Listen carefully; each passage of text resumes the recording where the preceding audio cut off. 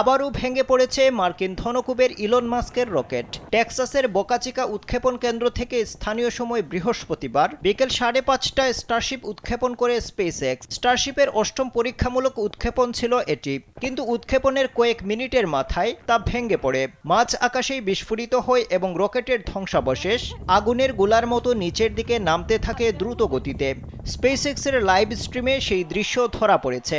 জানা গেছে, উৎক্ষেপণের কিছুক্ষণ পর স্টারশিপের উপরের অংশে থাকা ইঞ্জিন বিচ্ছিন্ন হয়ে অনিয়ন্ত্রিতভাবে ঘুরতে শুরু করে। এর পরপরই তা ভেঙে পড়ে। আকাশ জুড়ে আগুনের গোলা ছড়িয়ে পড়ে, সঙ্গে কালো ধোঁয়া। ভিশনের ফুলঝুরি মেগা অফারে ফ্রিজ কিনলেই পাচ্ছেন 16 পিসের আকর্ষণীয় গিফট বক্স একদম ফ্রি।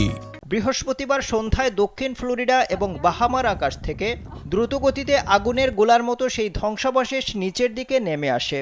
স্পেসএক্সের রকেট ভেঙে পড়ায় ফ্লোরিডা এলাকায় বিমান পরিষেবা ব্যাহত হয়।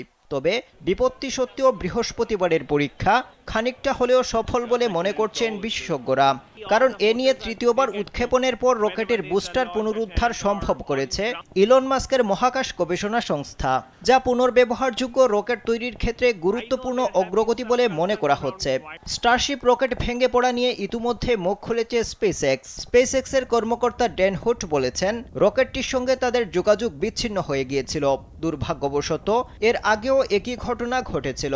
অন্য একটি বিবৃতিতে স্পেসএক্স বলেছে, কেন এরকম ঘটনা ঘটল তার মূল কারণ আরও ভালোভাবে বোঝার জন্য সমস্ত তথ্য পর্যালোচনা করা হচ্ছে।